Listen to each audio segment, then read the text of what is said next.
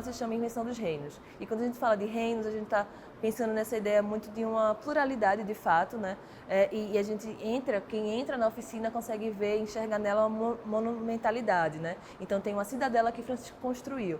Mas antes dessa cidadela, ou até dentro dessa cidadela, a gente vê muitas sutilezas, a gente vê caminhos que a gente consegue pensar outros reinos. Aqui nessa exposição eu estou na curadoria, né, junto com Marcelo Campos, né, que foi um curador convidado aqui da oficina, né, para compor com a gente todo esse processo, né, a pesquisa e um acompanhamento.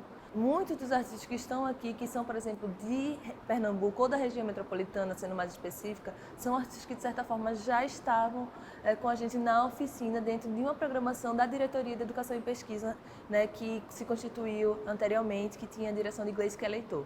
Então, assim, muitos, né, desses programas que a gente ia compondo junto, né, tinham essa reflexão de artistas, né, dessa poética artística, com também a educação. E essa é uma exposição que ela também marca ainda, né, esses inícios de abertura. É a terceira exposição que a gente tem aqui na academia pós, né, o falecimento de Francisco, né, então a instituição e sua jornada enquanto autocrítica e também como expandir isso para novos artistas que não sejam só Francisco Brenan, é uma coisa que ainda está no início, né, ainda é embrionária. Então, trazer, né, e traçar essas pessoas que estiveram com a gente, acho que é super importante para a gente entender que essas coisas elas não se deslocam, né? Eu acho que uma presença super importante na oficina é, por exemplo, o OFA, né, que é uma coisa que Francisco traz, né, a partir de uma visita dele a Salvador.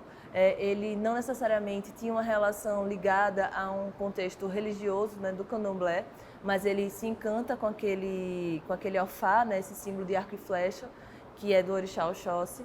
E, né, a partir disso, se apropria, né, sem muitas discussões de como isso poderia também reverberar.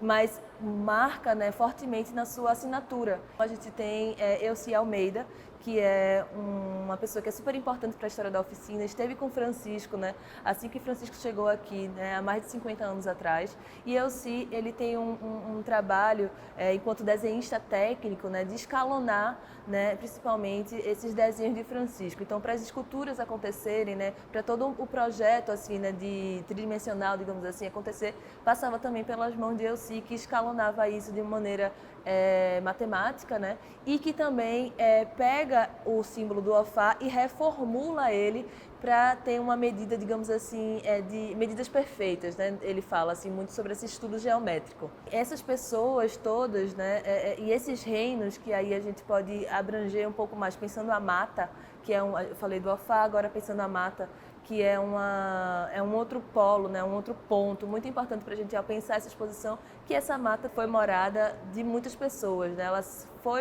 Ela foi parte, né, de um quilombo chamado Quilombo do Catucá, né, que era um quilombo que tinham lideranças que eram chamadas de malunguinhos, né? Então é um quilombo super importante de reafirmação política, né, frente ao Império, né? E a gente tem também, em dado momento, a morada também da mata por pessoas que eram povos originários aqui dessa terra, né? Então, tudo isso que às vezes fica meio invisível quando se vê aqui na oficina, é uma coisa que a gente começa a entender que estava compondo e nunca deixou de existir quando a gente entra também nesse espaço, né? Cada artista tem uma relação com o seu território. Né? Então a gente vai trazer Fiquiá Pancararu, que vai falar justamente assim, né, sobre a relação com o gavião, vai falar sobre a relação, né, de um certo envoltamento, essa ideia de você se cobrir, né, e não aparecer, né, se tornar invisível, a partir de asas também desse pássaro, que falam, né, que um pássaro não é só um pássaro, mas é sim alguém que a gente consegue ouvir, né, que ele traz mensagens que são boas, que são negativas, mas ele é um mensageiro, né? Para além desses artistas que estão aqui com a gente, que, enfim, participaram, né, somando e estando presencialmente aqui na oficina, acho que a exposição ela também tem esse lugar de abertura para pensar essas migrações também, né?